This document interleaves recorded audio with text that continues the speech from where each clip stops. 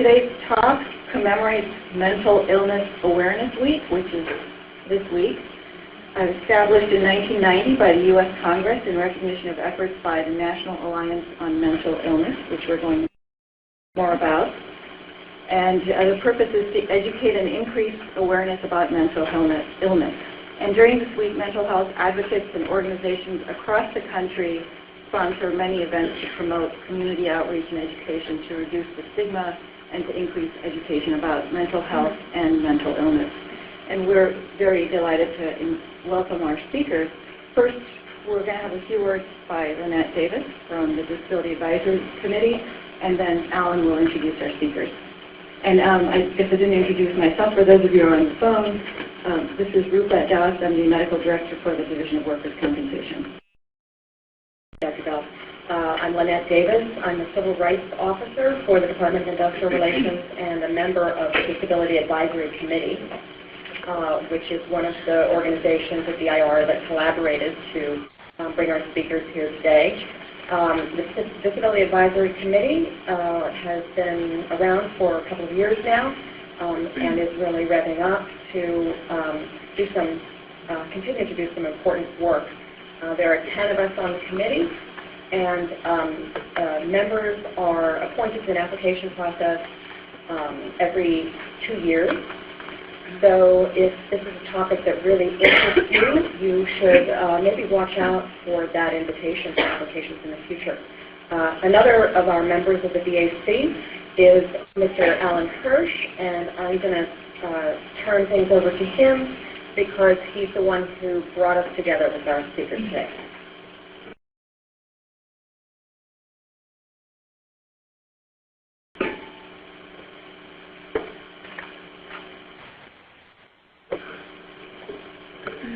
Thank you all.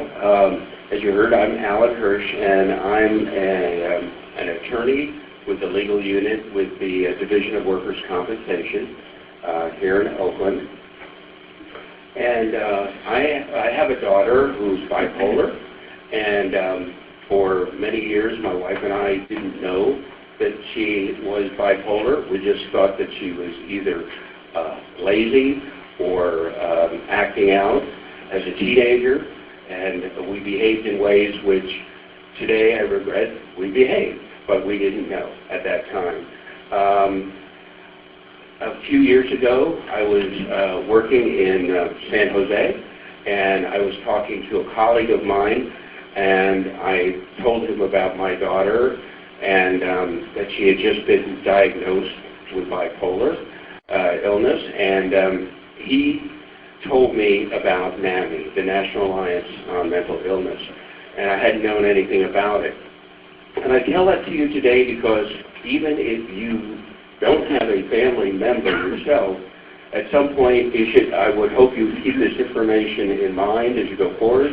At some point in the future, you may be able to give it to someone who it will truly help. But through him, I became aware of it. My wife and I contacted NAMI, and we had no clue what to do, how to handle the mental illness of my daughter, and we took a course through NAMI called Family to Family, which is for the family members who support those with mental illness, and we learned about different mental illnesses, and it was just fantastic. NAMI was the only ship in the storm that we had of the confusion of this whole issue for us.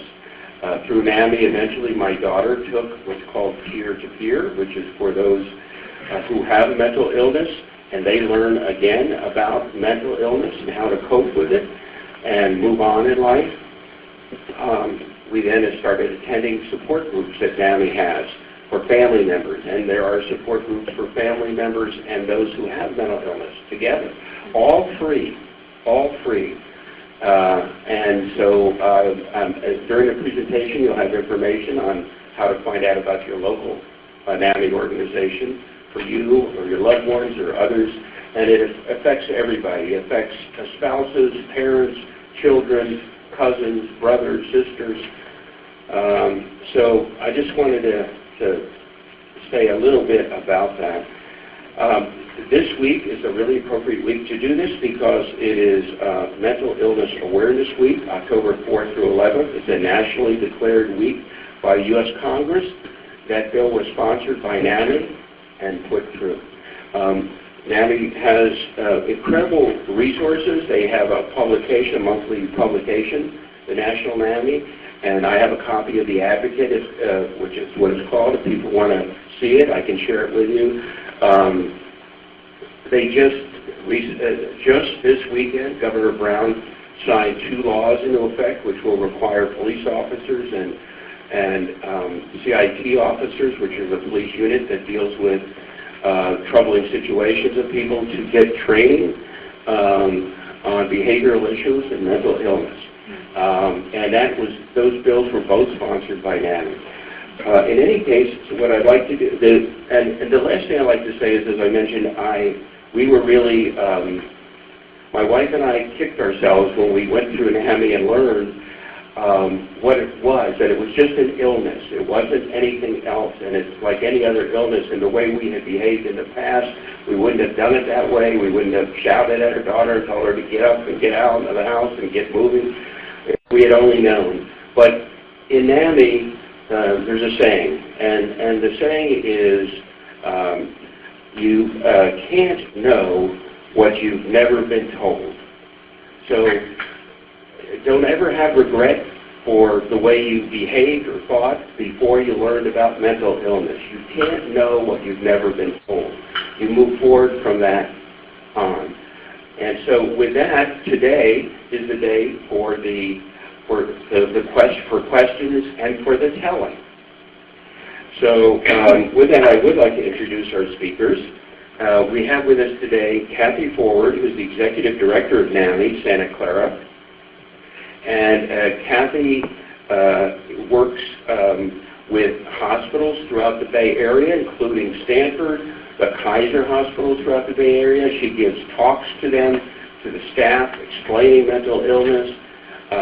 She gives talk to the faith community, educational associations, numerous other groups.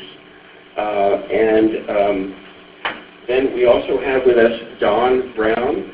And Dawn was actually one of the assistants in the family-to-family course that I took, and that's how I got to know Dawn. And she is a graduate of UC Berkeley, and she works in education and training family and faith leaders. She's a family-to-family teacher, and she's worked in the nonprofit sector with giving UC workshops at UC Berkeley on leadership and mentoring. And then we have with us John Mitchum, who is the NAMI board president, has been for 4 years. She's got 35 years as a professor of math and computer science at San Jose State, where he was the department chair for 8 years. And the Reverend Cindy McCalmont, who is an advisor to 2 NAMI peer support groups. That's for the individuals who have mental illness. And they're called Peer Pals and Mentors on Discharge. Actually, some of they mentor each other with the assistance of the NAMI. And so she coordinates also a FaithNet initiative, and she has a BA from the University of Virginia and a master's in divinity from Duke University. And with that, I'm going to turn the program over to all of them, and I thank you all very much. Thank you so much. I'm Kathy Forward, and I'd like to say I do all that stuff by myself, but that's not the truth. All of the people who work and volunteer at NAMI, our affiliate is a part-time affiliate, so we have a lot of people involved in doing all these speaking engagements and involved in the community, but thanks anyway, Valence. So first of all, I am a family member. My background is small business. I owned a travel agency for 20 years, and I still work a little bit in that. I have just a few of my own clients at this point. I do have a sister who's a year younger than I am, and when she was 18, she had what we call the nervous breakdown. What I know now, she had a severe depressive episode, but that's what they called it in the 70s. And it was unfortunate because our family didn't know anything about mental illness. There's a very much taboo and stigma at that point. You just knew people were in the hospital a few miles away, in the state hospital. So she never had any treatment for that. And she had lots of ups and downs for the next 7 years. She moved to California. I kind of came after her and another sister who was from Michigan. And, when she had a suicide attempt was when she had her first hospitalization. She was about 25. And I was here. I was working full-time. I was going to school. And I remember it was very upsetting to me. Nobody called me in to tell me what was going on. I couldn't finish my classes. I was so upset about it. And I dropped out of school and picked it up again later. But it's been, failing for many years. She got a diagnosis at that time of manic depression, which is now known as bipolar disorder. But actually her diagnosis, I believe, has changed over the years, and she has what's called schizoaffective disorder, which means that she has a form of schizophrenia, which is a thought disorder, along with the mood element. So she does have the ups and downs of the bipolar. So even though it was in my family for many years, she had lots and lots of hospitalizations, too many to count. My parents eventually moved out with my other two siblings, and, she started getting arrested just in the last 10 years after 9/11 for the very same things that she always got hospitalized for before. When she's having an episode, she thinks she works with the police. She knows where missing children are from the 70s. People are getting murdered, raped all around her. She calls the police. She thinks she works with them. She was always hospitalized for many years. And starting after 9/11, she started getting arrested, which is very disturbing. I always thought I'd be a juror in the courtroom someday. I'm still looking forward to that experience. But unfortunately, with my family members, I've had to learn how to advocate for them in the system. And I've been in every courtroom imaginable except the federal court. I just found out that's the only court I've never been in. So I've observed a lot of things. I've seen how many people don't know anything about mental illness, judges, lawyers, etc. I watch people have no idea of what they're pleading no contest to. They don't even know what that means. And it's very disturbing to me. And that's an area that I'm very passionate about getting more knowledge about. So my son was hit with bipolar disorder when he was 17. He's 37 now. He was going to private school. He was a star baseball player, and he was a B student. And one day, it was like Pandora's box open. He had a psychotic break. He was using marijuana. I thought he had a drug problem. I told you I have a sister that has the same illness. I couldn't recognize the symptoms of his illness. So it was quite a nightmare. For 2 years, I started going to Al-Anon and Nar-Anon, which was very helpful to me. We're in a 12-step program. I tell everybody it's free group therapy, and they should find a 12-step program. It's a good way to live your life. My son maxed out 2 lifetime benefits on our insurance policies at that time. One time when he went in, he was just as sick as the day he went in, the day he came out. The doctor wrote down on a prescription pad what medications he was on. Find a good psychiatrist and kind of good luck. And that's what we had to deal with. So when I found NAMI in 1997, my parents were already involved because of my sister, which mainly they had support groups. But I found out they were going to start this class called Journey of Hope, which is now called Stand in the Family. And I was very fortunate to get in that class because I found out about it the same week. I told my husband we better take this class, but I don't know if we're going to make it. And so we did. We met other families. I cried, I think, most of the class, but I learned a lot of information. And I also realized that just because mental illness is in your family doesn't mean you know anything about it. Because like Alan said, you can't know what no one's told you. So we're vigilant fieldbusters in NAMI about this. And I decided to get involved, become a teacher, a trainer, because I felt it was very important information and, it was valuable to me as well. So that's what got me involved with NAMI, and here I am today. I would say I didn't choose this profession, but it chose me. I guess it's a calling, so to speak. So that's where I am. And I'm going to pass this on to Dawn, and she's going to share her story. Good afternoon. My name is Dawn, and I have to say my journey is somewhat similar. I have a daughter with bipolar, and she actually came to me, not through me, so she's adopted. She adopted out of foster care. She's my second cousin. And she came for the weekend and never went home. She was supposed to come. We're going to make cookies for Christmas. And I was like, shouldn't she be in school? I'm like, oh, yeah, you go to school later. And that progressed. And I was like, shouldn't she really be in school? And so she came and she stayed with me for a while. And she had kind of little things. She was quirky. You know, when she first came, she didn't know how to read and write. So I thought that would be our focus, reading and writing. She became a voracious reader. She really got involved in school. And then she just started just being a little quirky. You know, she had a little imaginary friend that didn't really leave her. And I kind of thought it kind of cute. She was young. She was 7. She's 21 now. And what I realized is that I had been involved also in different aspects of mental health, but it just didn't dawn on me that she would have a mental health condition. It just wasn't talked about in our family. It wasn't something that I thought about. I just figured she's quirky. She likes to read. She doesn't really like to have a lot of friends. She likes to be by herself. And there's nothing wrong with that. There are a lot of people that are like that. But she got diagnosed when she was about 9th grade. She was kind of diagnosed with depression. And then when she did about 8, when she was in her 12th grade, she actually was diagnosed with bipolar. And we went through the ups and downs. It'll take a hit on every pot of income. I came out of corporate America, worked for Siemens. But it hits every aspect of your revenue stream imaginable, because hospitalizations are about $30,000 a week, and if you're in for 3 weeks, you just do the math. And even if you have great insurance, you still pay a hefty price.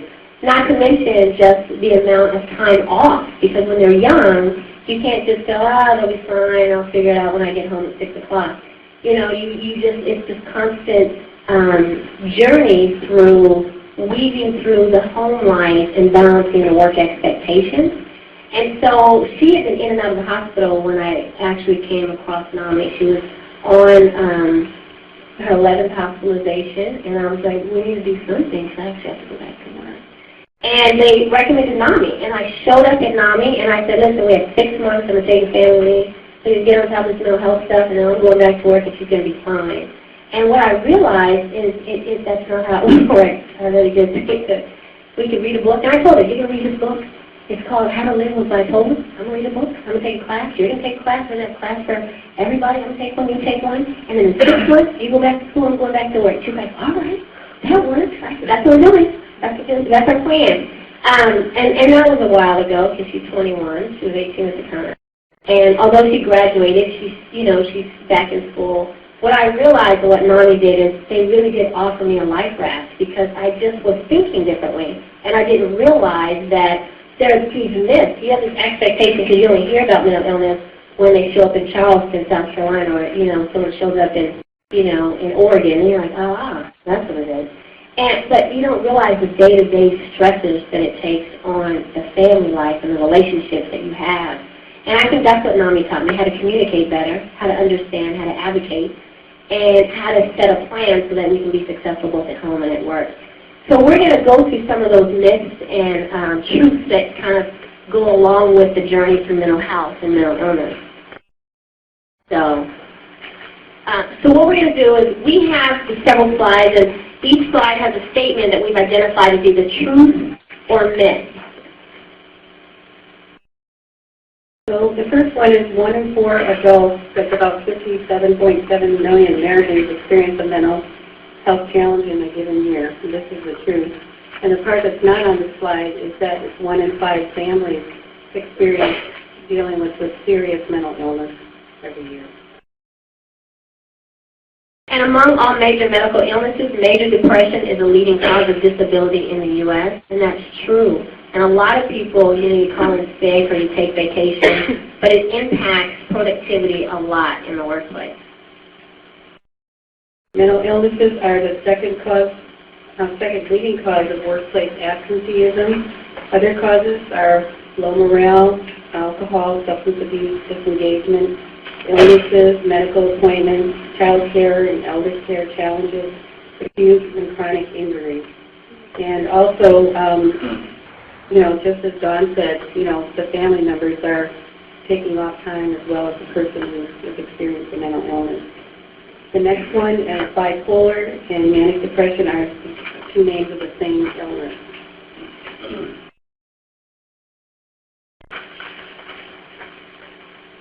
She's a myth. People with schizophrenia have a split or dual personality. That's a myth. Split or multiple personality disorder, now called dissociative personality disorder, is very rare, and it's not schizophrenia.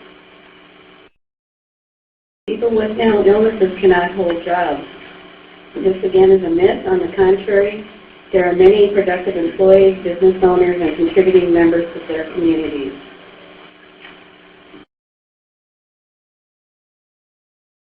Mental illness is caused by poor parenting. Again, this is a myth. These are biological brain disorders that affect the neurology and chemistry of the brain.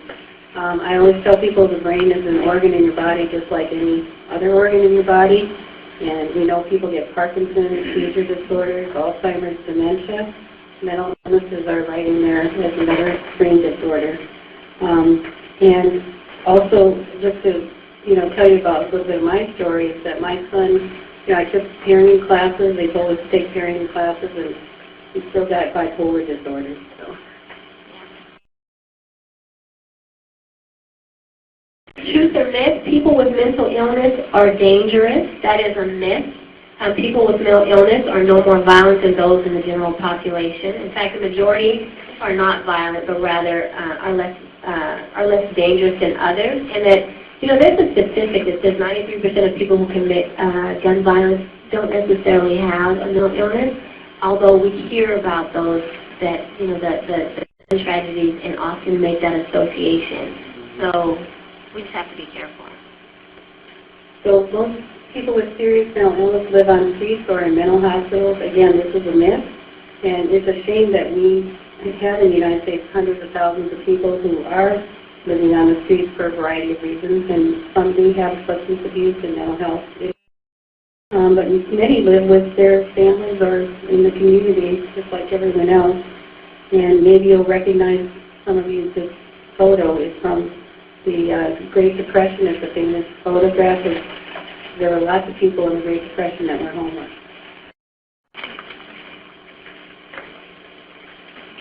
Okay. And mental illness is common. Again, I think we said 1 in 4 adults will experience the mental illness in their lifetime. I always tell people it's a spectrum, and we're probably all going to be on it somewhere someday. That's very true. Mental illness does not discriminate. We look at different presidents like Abe Lincoln and Calvin Coolidge who had mental illness, or prime ministers like Winston Churchill, or you look at Rockefeller, Turner, and even different entertainers, Ruffalo, Stiller, Brian Wilson, Robert Downey Jr. I think there's been more conversation about it as of lately, but it isn't something that discriminates based on socioeconomic status, race, religion. It's pretty fair. Mental illness pretty much is 1 in 4.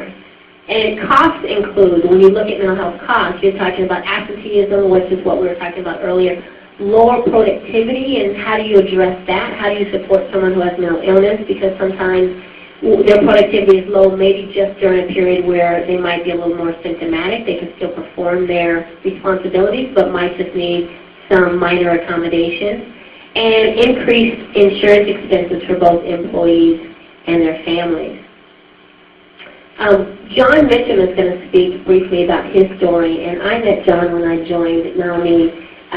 He also, as a past president, used to do fundraising, so he and I worked very closely together, but he's doing a phenomenal job in this area.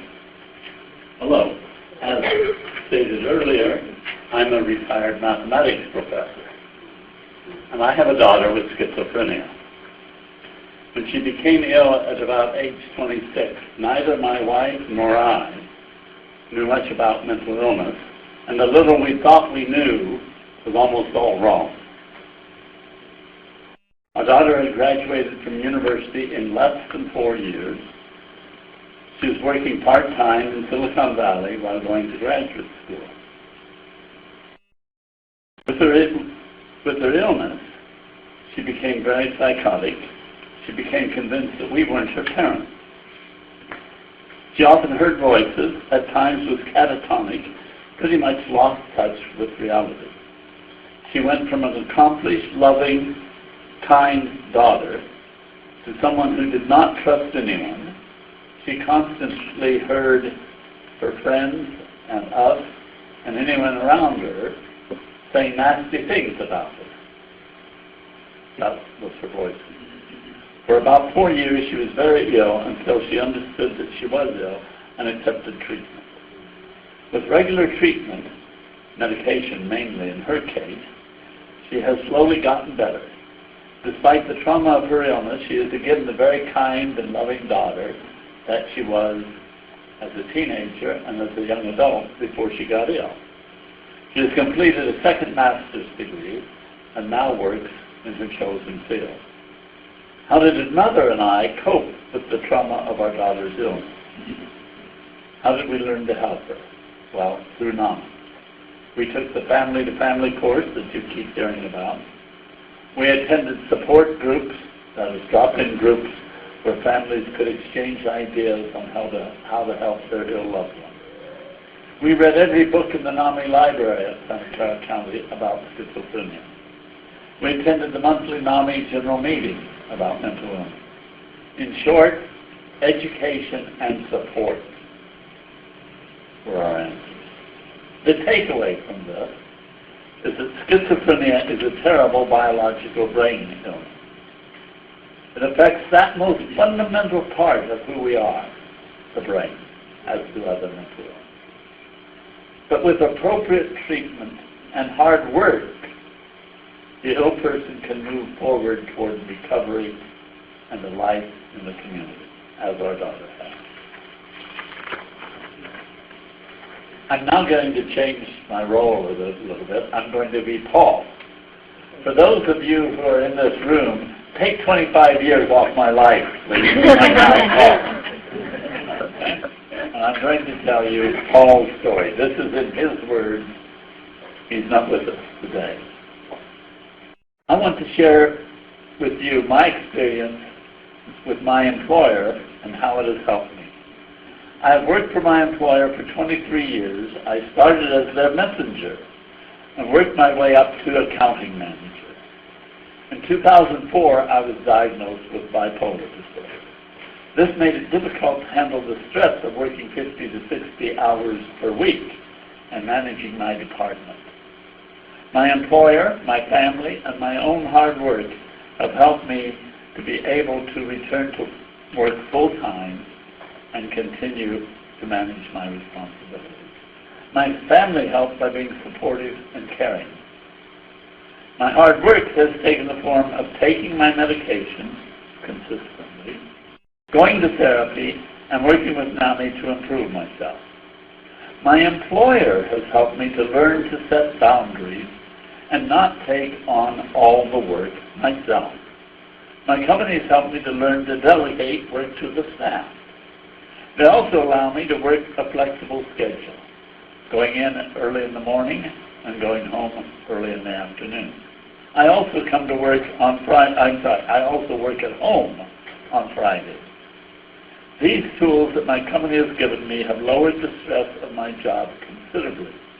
My employer holds me responsible for my work and sets boundaries for me to adhere to. As a result, we are both happy with the outcome. I'm very grateful for the time and effort of my employer, my family, and NAMI, and this has helped me make it possible to continue work and to provide for my family. That was Paul. Thank you very much. There's several takeaways, too, from Paul's story when we start looking at how he's able to be successful. One is that his company provided an open and respectful communications environment, and that he had insight about his illness and took initiative to inform the management instead of keeping it a secret. And I was telling Kathy about a staff member that I had who she was always sick, and she was absent one day for quite a bit of time. And she came back to the doctor's note, not a big deal. But a week later, or maybe a couple weeks later, I was talking, I was doing a training on mental health and education, and she came up later and said, oh, you know, what I didn't say was that I had actually been in the hospital. I have bipolar. And hearing you say that makes me realize that I can actually say that, because all this time I thought I should keep it a secret. And she's an amazing worker, and so we were able to develop a plan for her so that she can continue to do her job, but also continue to take care of herself, because the position sometimes could be quite stressful. And so in Paul's takeaway, to have, you know, not just insight about his illness, because that's important, but to have support, but to also have, you know, the health insurance and the mental health treatment options that was able to help him as well. Some more takeaways is just a new job framework was created with his accommodations, kind of like what I was talking about. When you have accommodations, people can still maintain the integrity of their profession and their talent, and also be mindful about their health and wellness. And this helped Paul to be mindful about delegating work to staff and not taking on too much, and then offering elective work solutions that maybe were not required to become mental health counselors, because I think sometimes that's a challenge as a manager. When you have staff that have mental health, you think, well, I don't know enough to inform them on what they should do because I'm not the expert. And really, most people, especially at this level, have an understanding about their illness or trying to get an understanding. So our job really is to help them navigate that process so they can be effective in their role. And along with a flexible work schedule, working on Fridays, or in my case, allowing her to take off every other Friday where she didn't necessarily have to work. It gave her an opportunity to rejuvenate herself. And it just helps with a speedy recovery and kept a valuable employee working, contributing to the company and supporting his family. And I think it's really a win-win. I think we need to, you know, also keep in mind that just losing an employee is extraordinarily expensive. And so to be able to help people to navigate that process is very important as well. And so some of the resources that Paul used were some of the resources that you heard, you know, with the group here, is just having a supportive family, engaged in helping him in his recovery. Also connecting to NAMI, doing the peer-to-peer if you have a diagnosis, or the NAMI family if you're a family member supporting someone who has a diagnosis. And I think Paul continues to stay involved through the In Our Voice presentation, which I think is really important. It's actually a powerful opportunity for people to understand through the voices of someone who is living and on the journey through mental health and mental wellness, what it takes for them to kind of move through and navigate their own successes.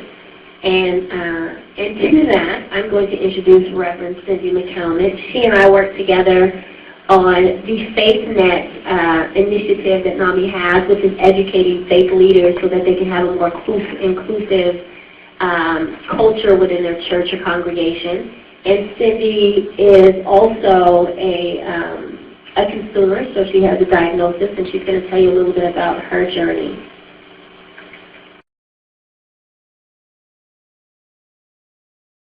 By the time I was hospitalized, I had all but killed myself.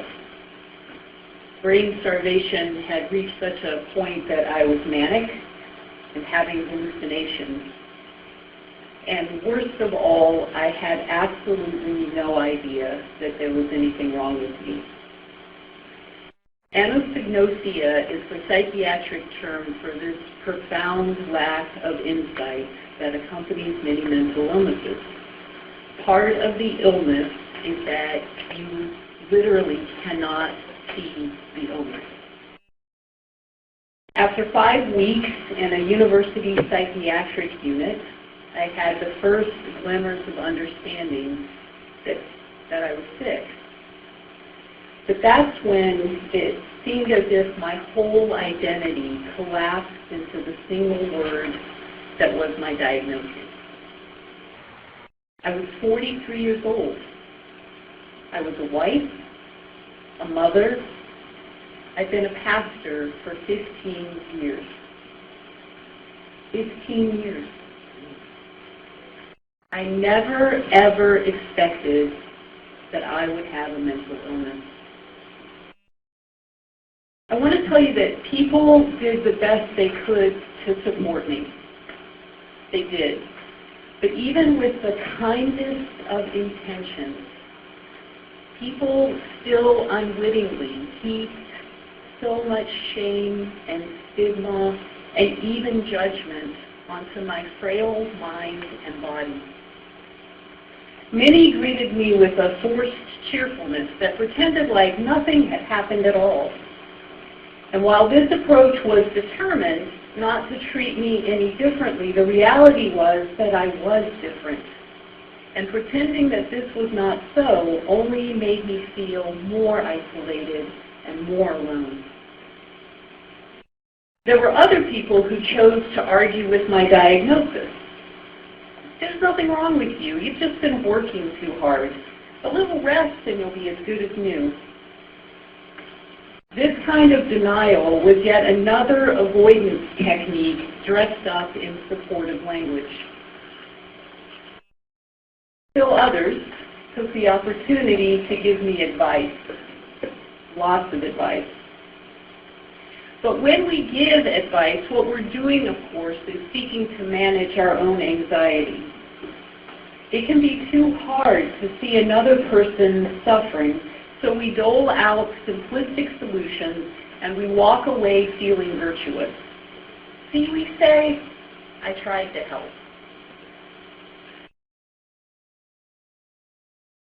I don't need advice. I don't need arguments. And I don't need you to pretend like there's nothing wrong. What I need is what any human being needs in the midst of a hardship or a difficulty. I need you to say that you care. I need you to say, I'm here for you.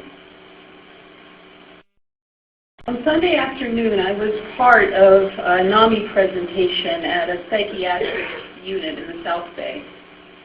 There were 12 or so of us sitting around a table, and the sunlight was slanting in through the window in the activity room.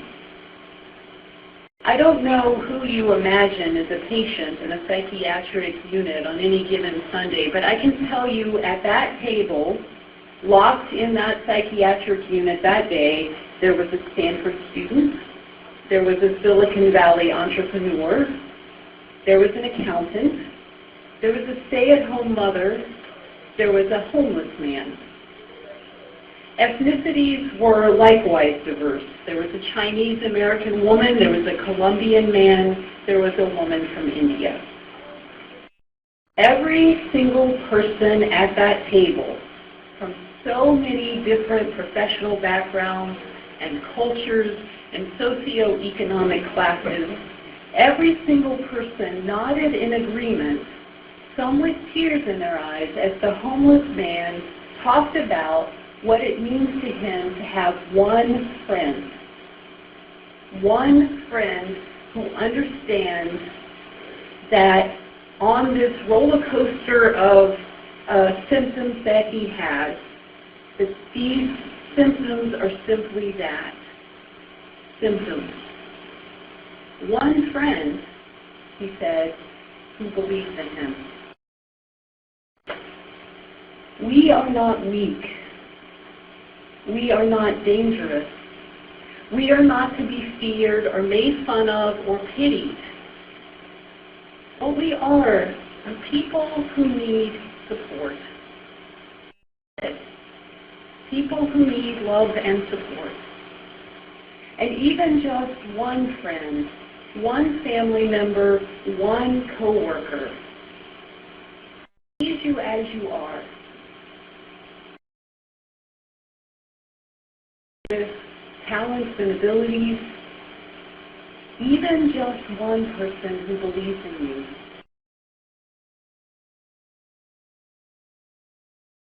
Thank you, Cindy. So we do know that knowledge does lead to better treatment. 2/3 of people with diagnosable mental disorders do not seek treatment. Why is that? The top reasons are stigma, which I like to say stigma is ignorance and fear. You know, once we are educated about something, we're not so fearful of it, are we? And also lack of knowledge about their illness. There are supports that are needed for mental health improvements in the outcomes.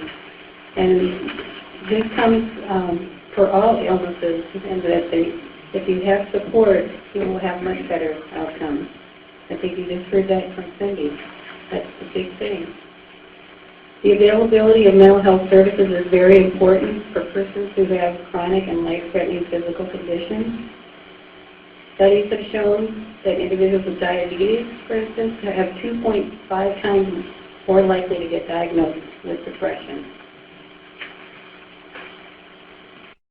Early treatment leads to higher productivity and motivation, reduced absenteeism, health insurance cost containment, loyalty and retention, diversity, acceptance, and respect in the workplace.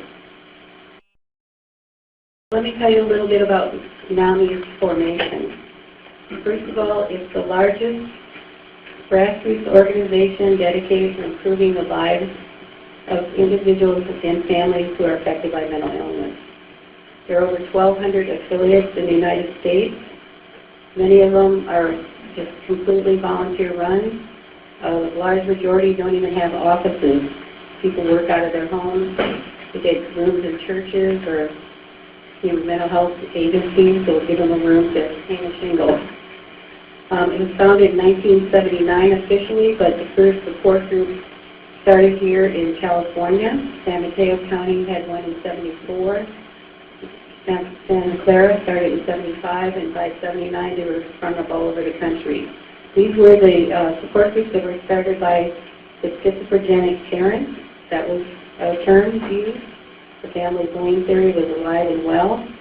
And thank God for the 1990s when they started studying the brain, and they could image brains and see that, you know, these are not personality defects, and, you know, families don't cause these problems. The website, I urge you to check it out. It's a wealth of information, lots of fact sheets. People use the website for presentations. We're told by lots of people all the time that the website gives them the information they need to do lots of different work.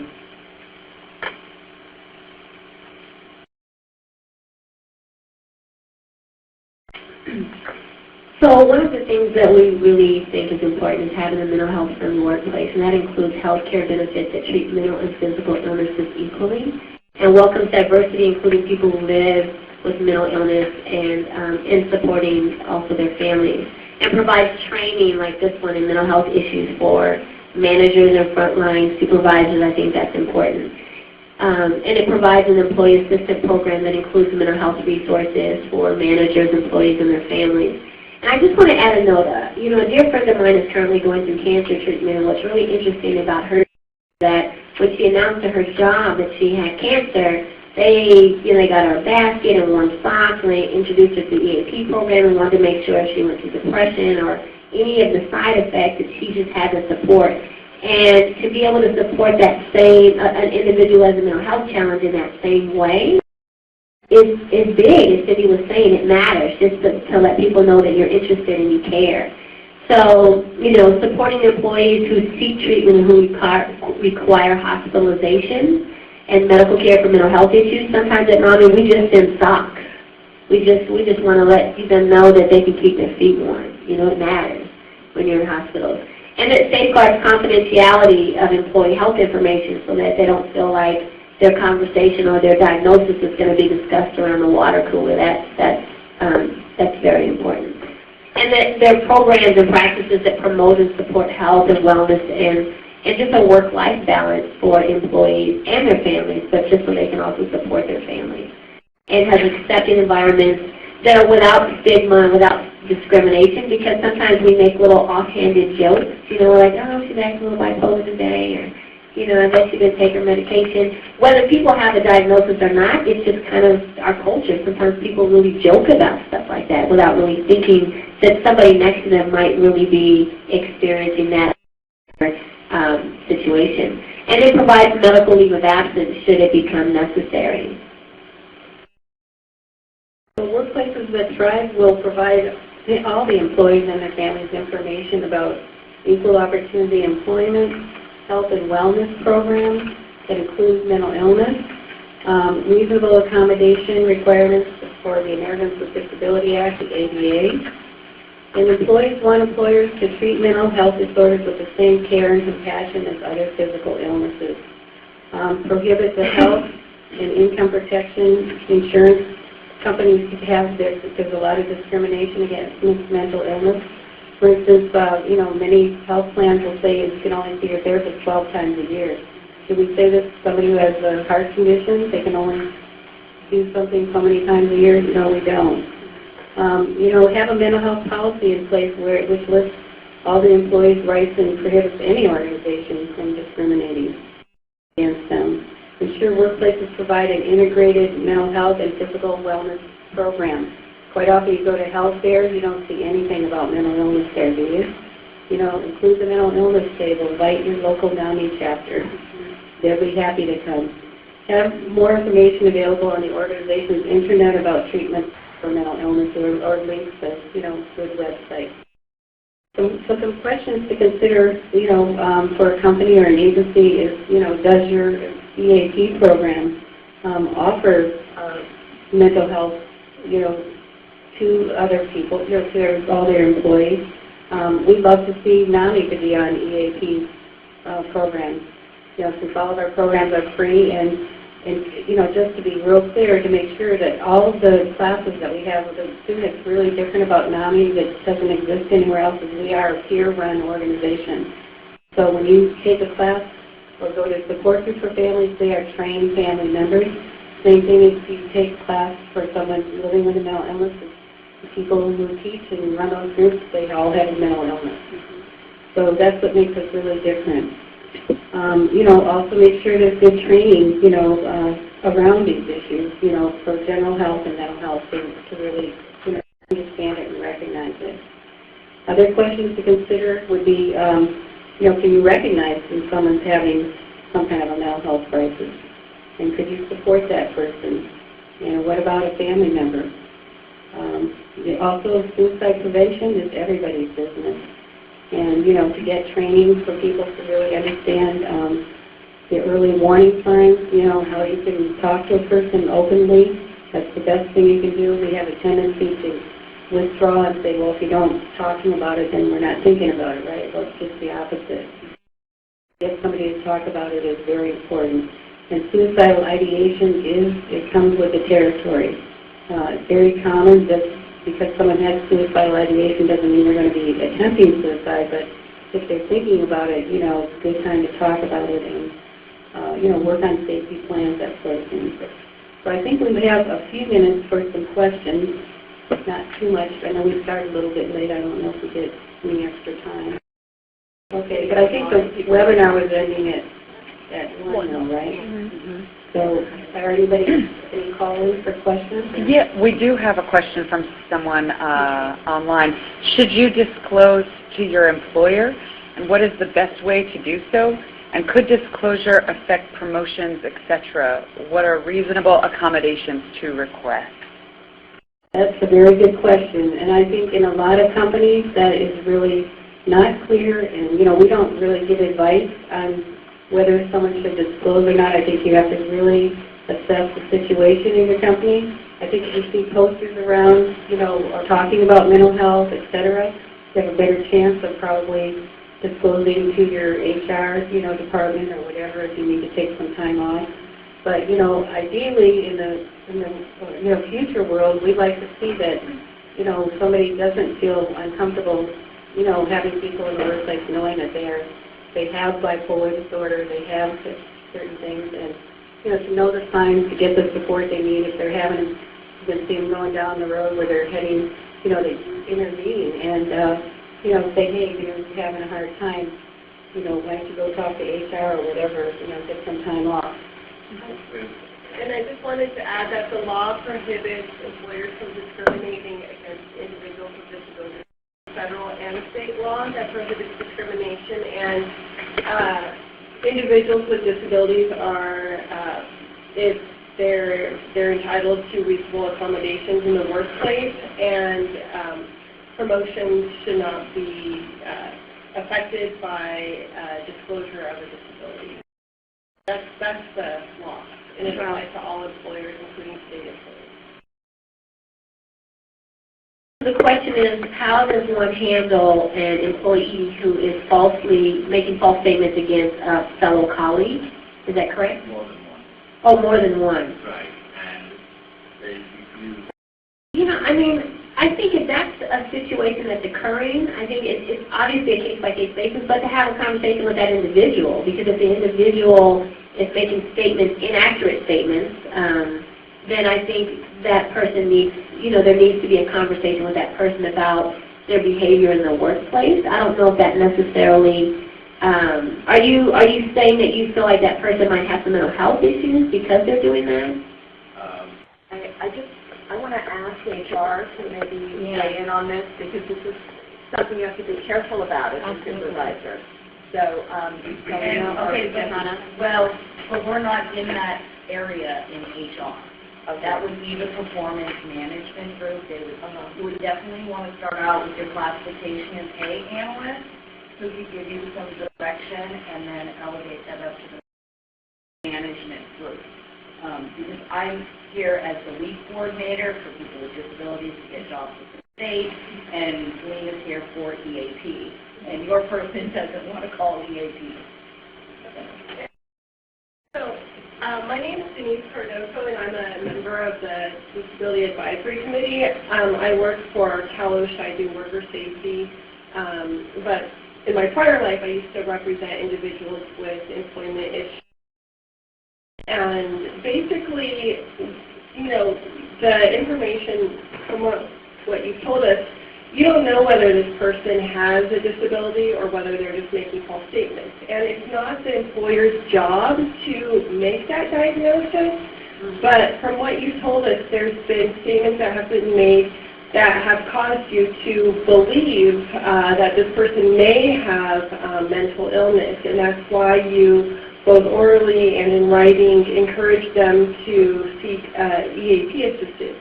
The law does require employers to engage in the interactive process, which is to try to identify accommodations for people with disabilities once that person has disclosed their disability, or if there's information that has led the employer to believe that that person has a disability, whether it's physical or mental. For example, if you see someone in a wheelchair, then that would trigger the interactive process to say, hey, can we give you a more ergonomic desk, so on and so forth. It seems as though by giving the EAP, you attempted to engage in that interactive process. I don't know the exact details of what our HR does in terms of satisfying that legal requirement, which it is a legal requirement to engage in the interactive process. But ultimately, if a person says, if the employee says, I don't have a disability, then there's nothing you can do, and then you just engage in whatever due process all state employees are required to, whether putting that writing that person up, performance improvement plan, so on and so forth. But you can't discriminate against that person because they're not choosing to identify or choosing to have accommodation. So then I would just go with it's a disciplinary issue. Yes. Part and parcel of BIR's anti-bullying policy, I believe, addressed the issue of gossiping and also, spreading rumors about people and basically branding or labeling people inaccurately. And what I'd love to see BIR do is follow up on what they say they're going to do. And I think that when you see that actually implemented and people see that BIR is very serious about it, you might have a turnaround on this person's behavior. There's another question online. They're asking, do individuals with ADD or ADHD are considered a disability? The question is, are individuals with ADD or ADHD considered having a disability? Yes. Yes. And so anyone who has a diagnosis of that would qualify for the legal fee. Mental illness or not is a very strange question because one way to determine is it in the DSM-5, and that's the big official book of, and I believe ADD, those are in that, so therefore they are.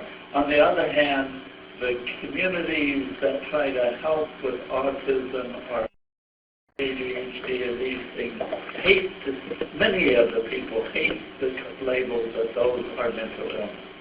They get really irate if you say that's a mental illness. And it's very strange. Schizophrenia is a mental illness. It's an illness of the brain. Hey, how about Alzheimer's? It's an illness of the brain, but it's not called a mental illness. How about senior dementia? It's an illness of the brain, but it's not called a mental illness. And you look back in the history of this and sort of determine why that all happened. But it doesn't make any sense. These are illnesses of the brain. That's what we're worried about. Well, I was just thinking that it was interesting because with respect to special education, just like the gentleman was saying, ADHD is included as an other health impairment, and then you have emotional disturbances, which include like bipolar, depression, anxiety, so on and so forth. But even in the schools, they separate those. The question and the answer is raised probably the most troubling aspect. This is Alan Hirsch, that, you know, on a day-to-day basis, what does a supervisor do that recognizes that they have an employee with a problem? How far can they go? What can they do? What can they say? What would get them in trouble? And you've heard the answers that we have. Obviously, I think coworkers who become friends of that person and who have learned about mental illness are probably the best way to get through to that person, as happened with my situation and my coworker mentioning NAMI. But certainly the issue you raised about the personalized supervisor and what you do on a day-to-day basis recognizing this employee is the conundrum we face. Okay, any other, yeah. And I think it's important to remember that not all jerks have mental illness. All people with mental illness are jerks. You know, they can just be jerks. You know. And another thing, I wouldn't go out and say, hey, you seem like you have bipolar, because then you're not a doctor, and that's totally out of line, and it opens the state to lawsuits for discrimination disability. So I wouldn't do that. The gentleman who just spoke gave an exact assessment of what you probably should do. Any other questions? Questions for the NAMI people? Okay, we have a question over here. Lynette? Yes, hi. We've been talking about accommodations, and I was struck in one of the stories about somebody getting an accommodation, for example, of an early schedule. And I'm just wondering if maybe you can tell us about some of the common accommodations and what their purpose is. Like, why would it help for somebody to have an early schedule? Area in general, within the Bay Area and certainly in the Silicon Valley, an early schedule would help because it creates a lot of stress driving in our traffic. I mean, seriously, a lot of people who don't ask for accommodations like to get to work at 5 so they can leave before the traffic. So that's one and to reduce stress, because so often it's stress that is sort of the cause of a flare-up.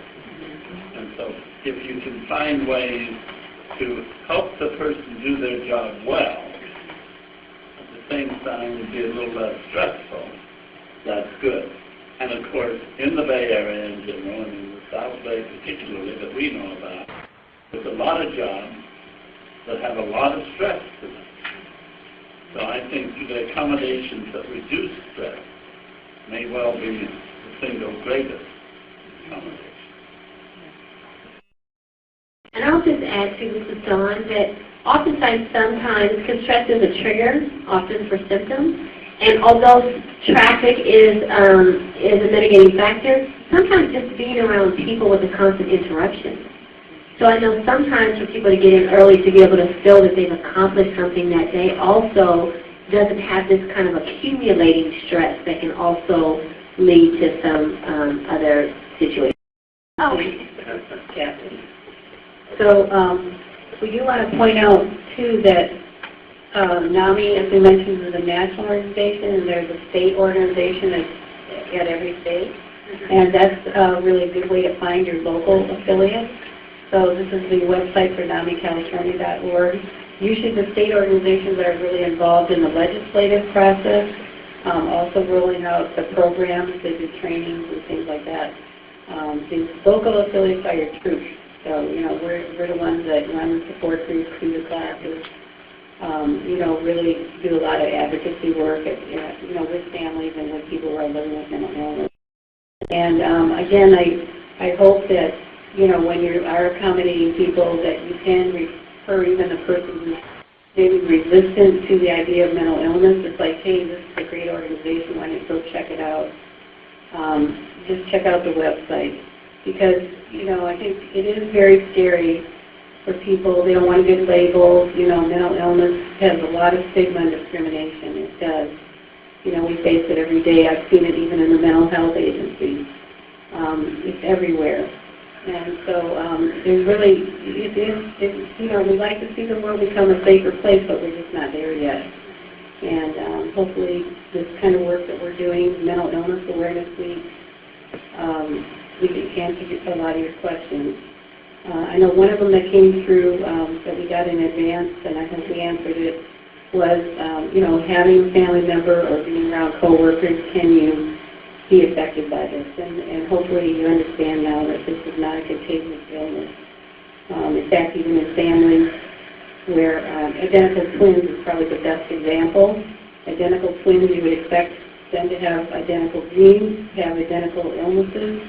They don't. You know, the studies of identical twins, you know, one can have bipolar, the other one doesn't. You know, so, you know, there you go. And you don't have to have a genetic link to have a mental illness either. You know, there's probably a higher risk of getting a mental illness if you have a parent or whatever. But, you know, I think the good news now is that we are learning a lot. What I know now, my son would have a childhood diagnosis. We sought help when he was young.